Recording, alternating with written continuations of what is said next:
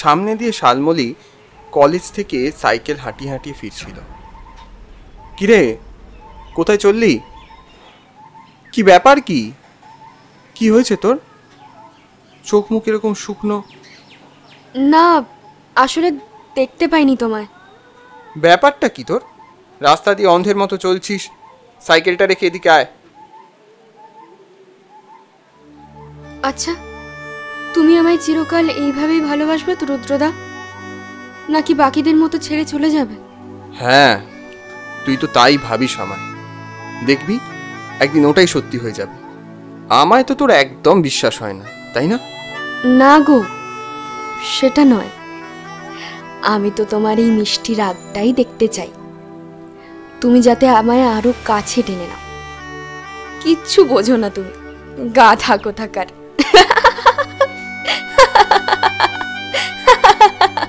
থাক, আর কথা ঘোরাতে হবে না। আমার কপট রাগ দেখতে ওর বেশ ভালো লাগে, তা আমি বুঝতে পারি। আচ্ছা, কাল তোর কি হয়েছিল রে? বললি না তো। এখানে এলি না, ফোনও করলি না। না, আসলে এমনি ভালো লাগে না, মাঝে মধ্যে কেমন মন মরা লাগে। শুধু এমনি একটু একা কতগুলো ভাবনাকে সঙ্গে করে নিয়ে থাকতে ইচ্ছে করে। কেন, আমাকেও বলতে ইচ্ছে করে না তোর? ভেবে দেখিনি তা। ঠিক আছে, বলিস না তাহলে। আমিও কিন্তু আর কিচ্ছু জানাবো না তোকে। কি বলো তো রুদ্রদা, মনে হয় বড় হওয়ার সাথে সাথে জীবন থেকে হাসি আর ভালো লাগাগুলো কেমন যেন উধাও হয়ে যাচ্ছে। পাকা বুড়ি হয়েছিস, এত কিসের চিন্তা রে তোর? ছাড়ো, ওসব তুমি বুঝবে না। এই জানো, কাল না আমার দিদি আসবে, সাথে ওর পুচকেটাও, একদম মিষ্টি পুতুল। আমি তোকে খুব চটকাবো। তোর বাচ্চাদের খুব ভালো লাগে, তাই না? লাগে তো। আমার ছেলে বা মেয়ে হলেও ঠিক এইভাবেই এত এত আদর করব। তাই? তাহলে বাবাটা কে হচ্ছে শুনি? আমি তো নাকি? ও হ্যাঁ, তুমি আছো না, আবার খুব ঝামেলা। তাই না?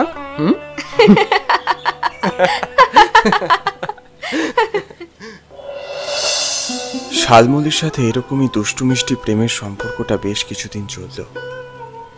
পাড়া ঘরের প্রেম, একদম আট পৌড়ে, একদম ছাপোষা। এই ছাপোষা প্রেমে কোনোভাবেই চোখ ফেরানোর জো নেই। চোখ ফেরালেই যদি বাঁধনটা আলগা হয়ে যায়। আর একদিন ঠিক তাই হলো। রুদ্রদা, তোমার সাথে একটু দরকারি কথা ছিল গো। হ্যালো, কি বলছিস? তাড়াতাড়ি বল, আমায় বেরোতে হবে। তুই কি কাঁদছিস? আরে আমি বললাম তো দেখা করব, এবার কাঁদা বন্ধ কর। তুমি কি খুব ব্যস্ত? এই পড়তে যাবো বলে বেরোচ্ছি রে, সামনে পরীক্ষা। তুই ফোন করলি তাই দাঁড়ালাম। এবার মা দয়া করে বলবেন কি হয়েছে আপনার, তাহলে আমি যেতে পারি। আরে বাবা বল না, কি হলো বল। আচ্ছা, তুমি এখন যাও, ফিরে আসার পরেই না হয় বলবো। এই রুদ্রদা, তুমি কোথাও যাচ্ছ গো? সোহিনী তুই? আমি এখন পড়তে যাচ্ছি, কি হয়েছে বল। তেমন কিছু না, আমাকে একটু স্টেশনের রাস্তাটায় ছেড়ে দেবে?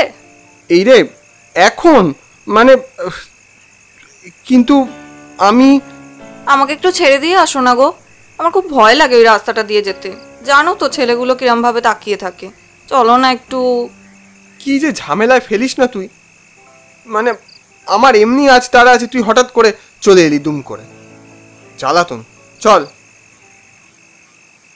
হ্যালো শালমলি, আমি তোর সাথে একটু পরে কথা বলি। ফোনটা হঠাৎ কেটে গেল। বুঝলাম তখন ওর ফুপিয়ে কান্নাটা থামেনি, খটকা লেগেছিল বটে।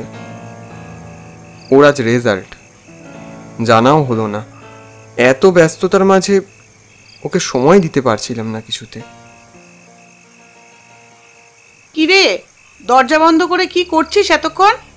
এই এক মেয়ে হয়েছে, দরজা বন্ধ করে কি যে করে, পড়াশোনার তো বালাই নেই। না হলে পরীক্ষায় কেউ ফেল করে? ছি ছি ছি ছি ছি ছি। হ্যাঁ মা, আসছি।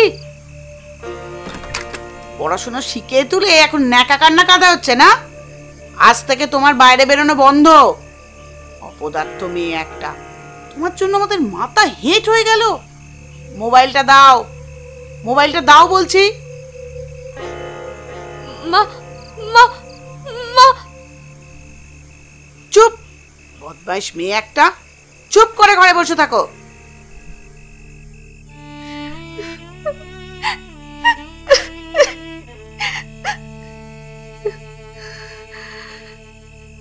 রুদ্রদা আর সোহিনী,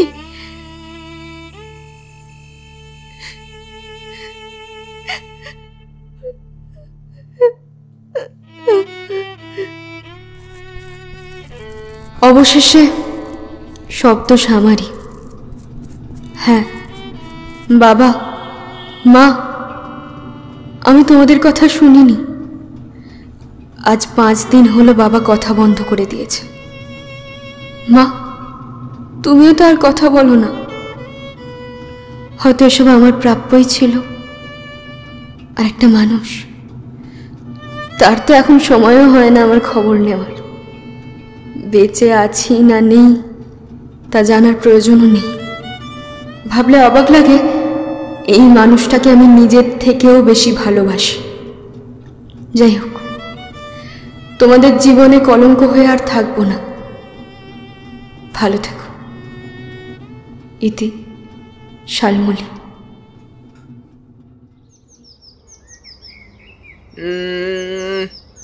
জেঠু, এই যে সমর দাস 30,000 টাকা ডোনেট করে গেছে।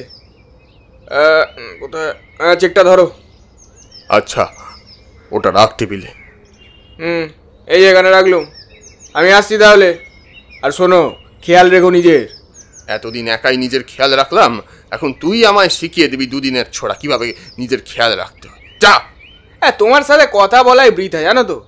জীবনে তো একটা বিয়েও করলে না যে বউ খেয়াল রাখবে। তবে রে, বেশি পাকা পাকা কথা না। মজা দেখবি, দাঁড়া দাঁড়া, মজা দেখাচ্ছে। না না না, অন্যদিন দেখিও।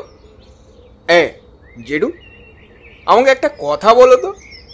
বাবার কাছে তো শুনেছি তুমি প্রেম করতে, তাহলে সেই মেয়েটাকে বিয়ে করলে না কেন? জেঠু, ব্রেকআপ হয়েছিল নাকি? হ্যাঁ হ্যাঁ, বড় ফাজিল হয়েছিস তো তুই। স্বপনটাও হয়েছে তেমন। ছেলেকে এই সব বলে বেড়াচ্ছে, অপদার্থ। যা এখান থেকে। আরে বলোই না। আরে আমি তো এখন বড় হয়ে গেছি নাকি? হ্যাঁ, বড় হয়েছে, বড় হয়েছে। সব প্রেমের গল্প যে শেষ অবধি গড়ায় না। মেয়েটা বড় অভিমানী ছিল। আমি তো তাকে সঠিক পথ দেখাতেই চেয়েছিলাম, কিন্তু কিন্তু আমার পদ্ধতিটা হয়তো ভুল ছিল। হয়তো হয়তো অনেক বড় একটা শূন্যস্থান হয়ে গিয়েছিল। ওই একটা ভুল, যেটার মাসুল আমি আজও দিয়ে বেড়াচ্ছি। হ্যাঁ জেঠু, সে কোথায় তাহলে?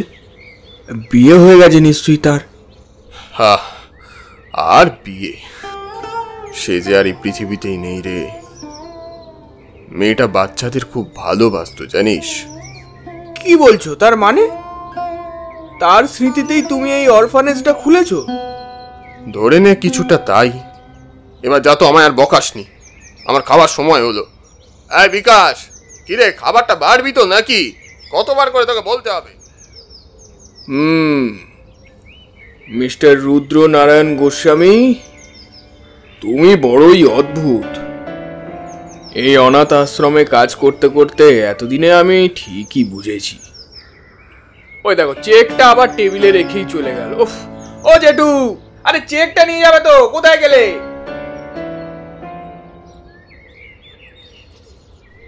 আমার আর শালমলির মতো হাজার সম্পর্ক থাকে, যেসব সম্পর্কের পরিণতি শূন্য, গন্তব্য দিশাহীন। তা বলে কি তারা ভালোবাসে না? ওর অস্তিত্বকে আমি আজও প্রতি মুহূর্তে, প্রতিটা ক্ষণে অনুভব করি। আর এই অনাথ আশ্রম শুধু আমার প্রায়শ্চিত্ত নয়, আমাদের নিষ্পাপ ভালোবাসার স্মৃতিসৌধ।